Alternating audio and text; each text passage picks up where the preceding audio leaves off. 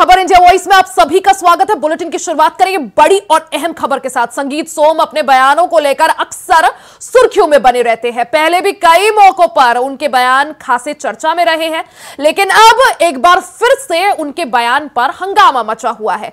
पूर्व विधायक ने अधिकारियों को जनता के जूते से पिटवाने की धमकी दे डाली है। उन्होंने कहा कि अगर अधिकारी सही से काम नहीं करेंगे और कानून का पालन नहीं करेंगे तो पब्लिक के जूतों से पिटवाऊंगा। इतना ही नहीं, संगीत सोम ने वायरल वीडियो पर यह भी कहा कि हां, मैंने ही अधिकारियों को धमकी दिया है। वीडियो में मेरी ही आवाज है, लेकिन उसमें तो मैं कम धमकाया हूं। अधिकारी अगर काम नहीं करेंगे तो उन्हें पब्लिक के जूते से पिटवाऊंगा। बीजेपी नेता को जो वीडियो वायरल हुआ था वो गन्ना समिति के चुनाव से जुड़ा हुआ बताया जा रहा है।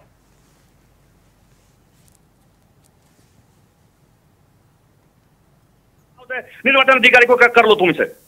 नहीं सर, आप कहना कैसे, मुझे क्या पता सर सकौती में क्या हो रहा है। सर मैं आपको कहना चाह रहा हूँ सुन लीजिए। क्या कहना चाह रहे हैं, बोलिए सर। अगर जरा सी गड़बड़ हुई तो दिमाग ठीक कर दूंगा। सर मेरी क्या गड़बड़ होगी वहाँ पे? मैं इलेक्शन करा रहा हूँ कि सर वहाँ पर सर? नहीं, ऑफिस से उठा कर लाऊंगा तो मैं वहीं जहाँ इलेक्शन हो रहा है। फिर दिमाग खराब है तुम्हारे। अरे सर तुम इतने एक्टिंग में बात करोगे? शर्म नहीं आ रही तुम्हें? किससे बात कर रहे हो? अरे सर मैं ये पूछ रहा हूँ कि हुआ क्या है सर। मैं तो ये कह रहा हूँ निर्वाचन अधिकारी नियुक्त किया, वो इलेक्शन करा रहा है।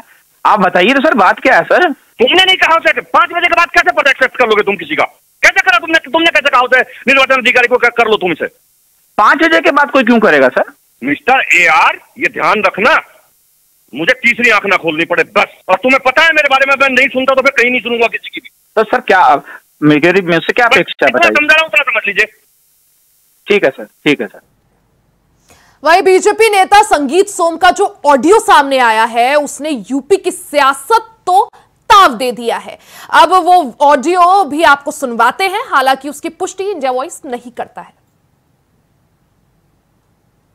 इलेक्शन करा रहा हूँ कि सर वहाँ पर सर? नहीं, ऑफिस से उठा कर लाऊंगा तो मैं वहीं जहाँ इलेक्शन हो रहा है। फिर दिमाग खराब है तुम्हारे। अरे सर तुम इतने एक्टिंग में बात करोगे?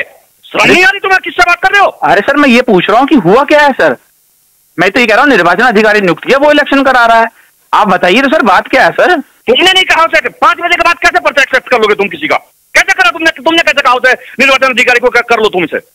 5 बजे के बाद कोई क्यों करेगा सर? मिस्टर AR, ये ध्यान रखना, मुझे तीसरी आंख ना खोलनी पड़े बस। और तुम्हें पता है मेरे बारे में, मैं नहीं सुनता तो फिर कहीं नहीं सुनूंगा किसी की भी। तो सर क्या मुझसे क्या अपेक्षा बताइए? समझा रहा हूँ, उतना समझ लीजिए। ठीक है। वहीं बीजेपी के पूर्व विधायक संगीत सोम के कथित धमकी वाले वीडियो को लेकर समाजवादी पार्टी के मुखिया और पूर्व CM अखिलेश यादव अब खुद मैदान में उतर गए हैं। रविवार को उन्होंने एक्स पर पोस्ट करते हुए कहा कि यूपी में बीजेपी के नेताजी की धमकी पूर्ण अभद्र भाषा किससे प्रेरित है? कहने की जरूरत है क्या? जैसा जिसका होता हमजोली वैसी उसकी होती बोली।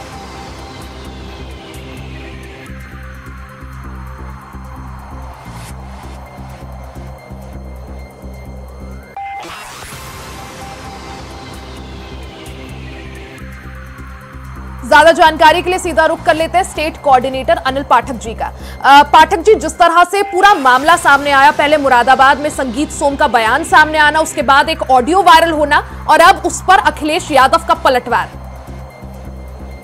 देखिए रिया जी, संगीत सोम भारतीय जनता पार्टी के नेता हैं और इन दिनों जो है विवादित बयानों को लेकर के काफी सुर्खियों हैं। अभी इनका एक बयान आया, एक क्षत्रिय महासभा का एक सम्मेलन में उन्होंने मंच पे कहा कि जो भी अधिकारी कानून के दायरे में नहीं रहेगा उस पे हम पब्लिक पे जूते मरवाएंगे। उसके बाद अब ये ऑडियो वायरल हुआ है जिसमें वो खुलेआम धमकी देते हुए नजर आ रहे हैं और कह रहे हैं कि हमारी तीसरी आंख न खोलनी पड़े।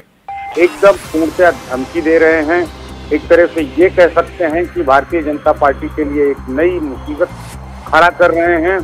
साथ में ही अब अखिलेश यादव ने इस पर चुटकी ली है और ये घेरने की कोशिश की है कि भारतीय जनता पार्टी में अभद्रता करने वालों की भी कमी नहीं है। अनिल जी, जिस तरह से संगीत सोम ज्यादातर अपने बयानों के लिए सुर्खियों में रहते हैं, लेकिन अब की बार जिस तरह से पूरा मामला सामने आया अखिलेश यादव का, उसके बाद एक्स पर पोस्ट करते हुए ये लिखना कि बीजेपी के नेताजी की धमकी पूर्ण अभद्र भाषा आखिर किससे प्रेरित है? क्या माना जाए कि निशाना संगीत सोम और साथ में दूसरे तीर से योगी आदित्यनाथ पर भी निशाना साध रहे हैं अखिलेश यादव?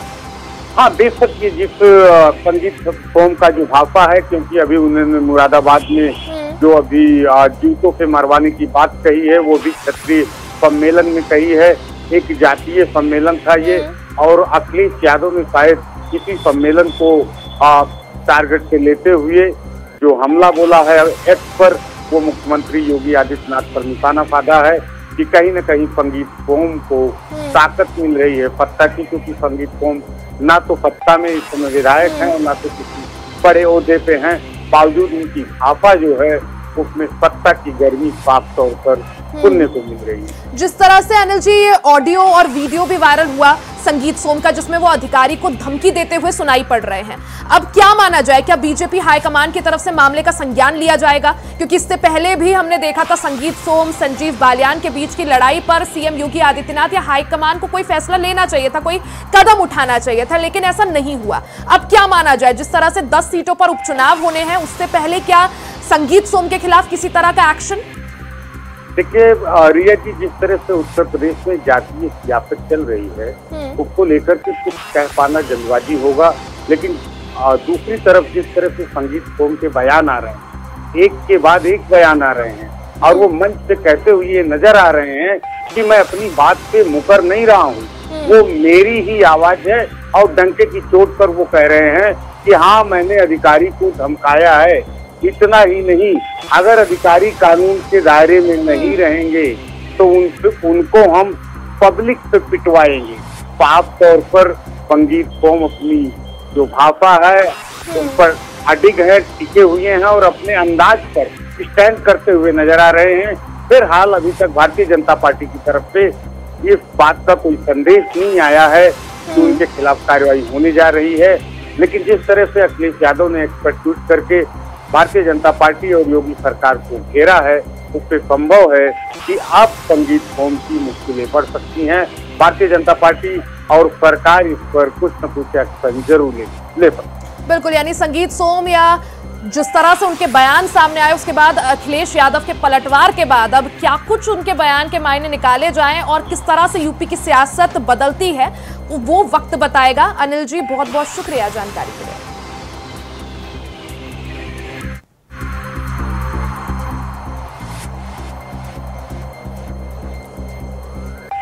बीजेपी के पूर्व विधायक संगीत सोम एक बार फिर से अपने बयानों की वजह से सुर्खियों में है।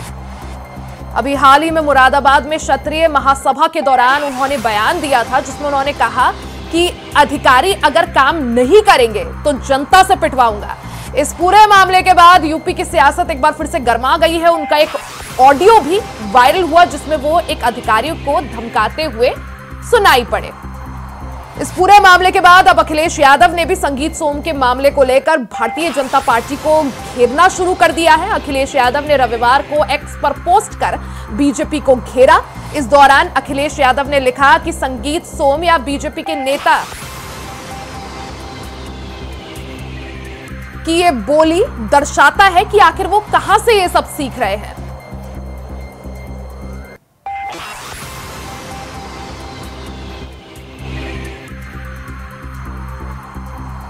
धमकी वाले वीडियो पर एक बार फिर से यूपी की सियासत गर्मा गई है।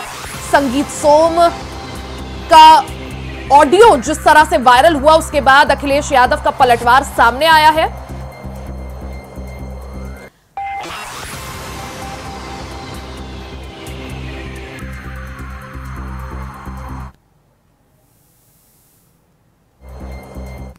रहा था, बहुत से पत्रकार बंधुओं भी मुझसे पीछे भी पूछ रहे थे, साहब आपने एक अधिकारी को धमकाया, आपका बड़ा वायरल हो रहा है वो वीडियो कि आपने एक अधिकारी को धमकाया।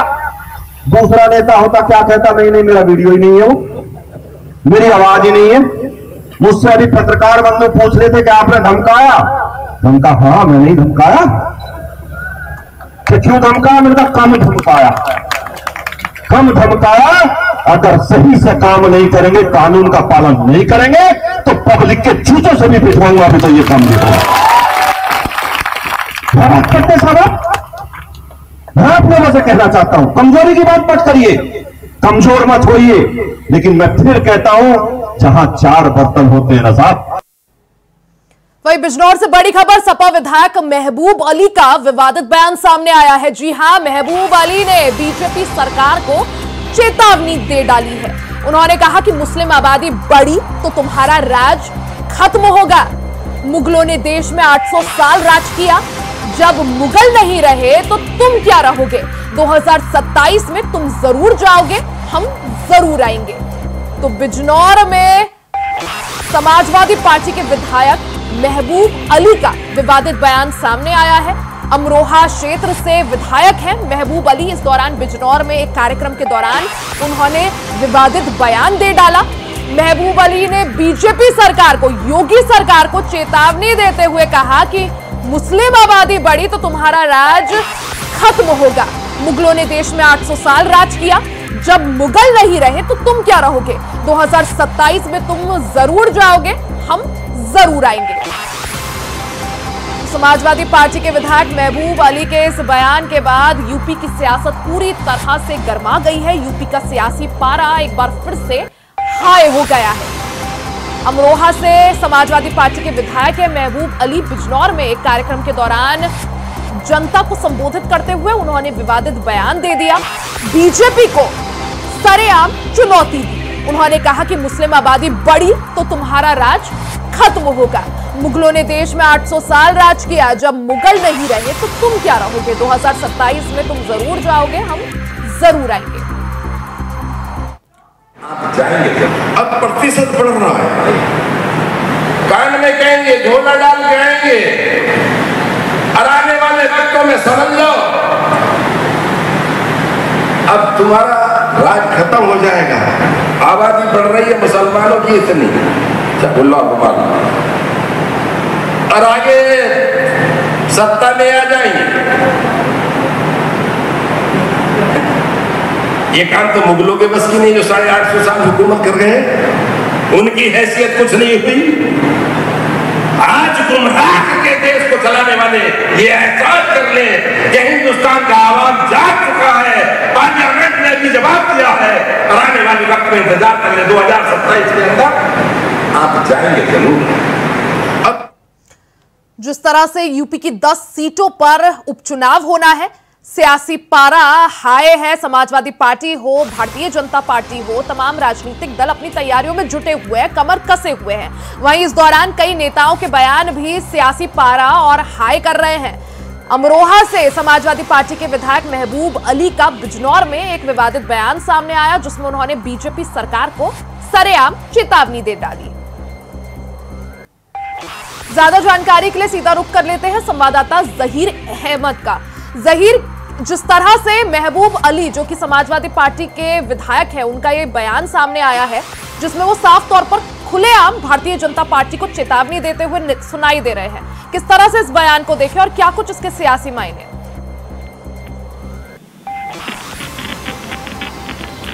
जहीर, आपको आवाज मिल पा रही है? जी जहीर, जिस तरह से पूरा मामला सामने आया, समाजवादी पार्टी के विधायक महबूब अली का एक विवादित बयान सामने आया है, जिसमें वो खुलेआम भारतीय जनता पार्टी को चुनौती देते हुए सुनाई दे रहे हैं, बोल रहे हैं कि मुस्लिम आबादी बढ़ी तो तुम्हारा राज खत्म होगा। किस तरह से इस बयान को देखें, क्या कुछ सियासी मायने? मामला बिजनौर का है, जहाँ पर कल समाजवादी पार्टी का एक प्रोग्राम था, संविधान मान दिवस के नाम से प्रोग्राम बनाया गया था। इसमें कैबिनेट पूर्व मंत्री हुए महबूब अली जो अमरोहा से लगाया था, उनका स्थिति के विषय में समझ रहे थे, और उन्होंने अगर भाषण दे रहे थे तो उन्होंने कहा था कि सरकार जो है विभिन्न प्रकार के प्रदान देते हुए कहा था कि सरकार जो है अब जाने वाली है, मुस्लिम आबादी बढ़ रही है, अब तुम्हारा राज खत्म हो रहा है। साथ ही उन्होंने यहाँ भी कहा था कि मुगलों ने लगभग 800 साल इस देश में राज किया है, लेकिन वो नहीं रहे तो आप क्या रहेंगे। तो कहीं ना कहीं जैसे 10 का चुनाव पहली बार आया है, क्योंकि देखने वाली बात है कि नेताओं के बोल नजर आ रहा है। अब नेता जो है अपने पक्ष के वोट को अपने आगे जो है समर्थन में जुटाने का प्रयास लगातार कर रहा है। चाहे बीजेपी के नेता हूँ, चाहे समाजवादी के नेता हूँ, या अन्य दल के नेता हूँ, कहीं ना कहीं गलत बयानबाजी करके बिल्कुल, क्योंकि जिस तरह से जहीर 10 सीटों पर उपचुनाव होना है, अब उपचुनाव का रण सामने है और ऐसे में क्या माना जाए, समाजवादी पार्टी ने जिस तरह से लोकसभा चुनाव में प्रदर्शन रहा, पीडीए का फॉर्मूला लेते हुए आगे बढ़े, क्या उपचुनाव के लिए भी पीडीए का फॉर्मूला ही अपनाया जा रहा है और मुस्लिम वोटर्स को साधने की एक तरह से इन बयानों के जरिए कोशिश? बिल्कुल, देखिए समाजवादी पार्टी लगातार ये कह रही है कि पीडीए का फार्मूला ही लोकसभा चुनावों में अपनाया है और साथ ही जो उपचुनाव हो उनमें भी अपनाया जाएगा और इसके अलावा जो आने वाला विधानसभा चुनाव 2027 का उसमें भी उसको अपनाया जाएगा। तो कहीं ना कहीं जो पीडीए के फार्मूले को आगे बढ़ाते हुए कहीं ना कहीं नेता जो है अपने पक्ष अपने समाज के लोगों को अपनी तरफ आकर्षित करने के लिए सिर्फ एक बयानबाजी करते हैं।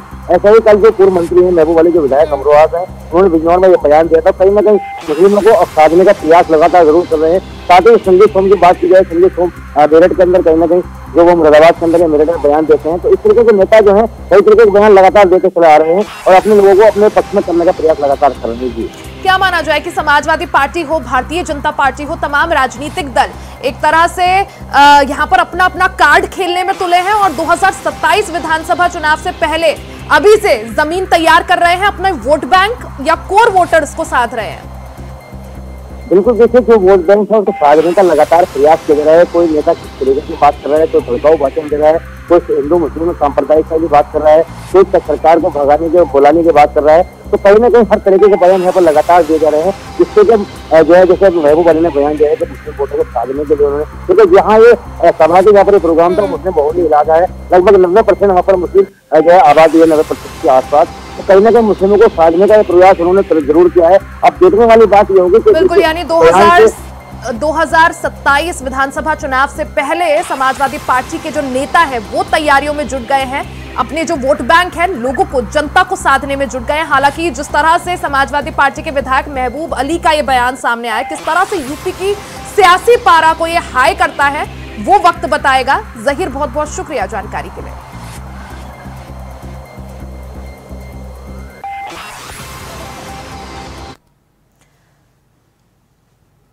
वहीं लखनऊ में नसरुल्लाह की मौत पर ऐलान हो गया है। मुस्लिम धर्मगुरुओं का 3 दिन शोक का ऐलान।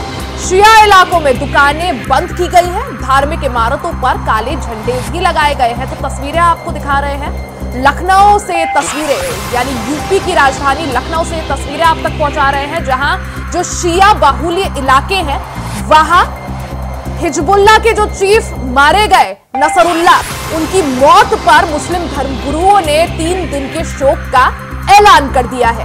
धार्मिक इमारतों पर भी काले झंडे लगाए गए हैं। साथ ही शिया मुसलमानों ने इस दौरान जुलूस भी निकाला। तो तस्वीरें आप देख सकते हैं लखनऊ से पूरा मामला, जहां शिया मुसलमानों ने हिजबुल्लाह चीफ नसरुल्लाह की मौत पर 3 दिन का शोक मनाया।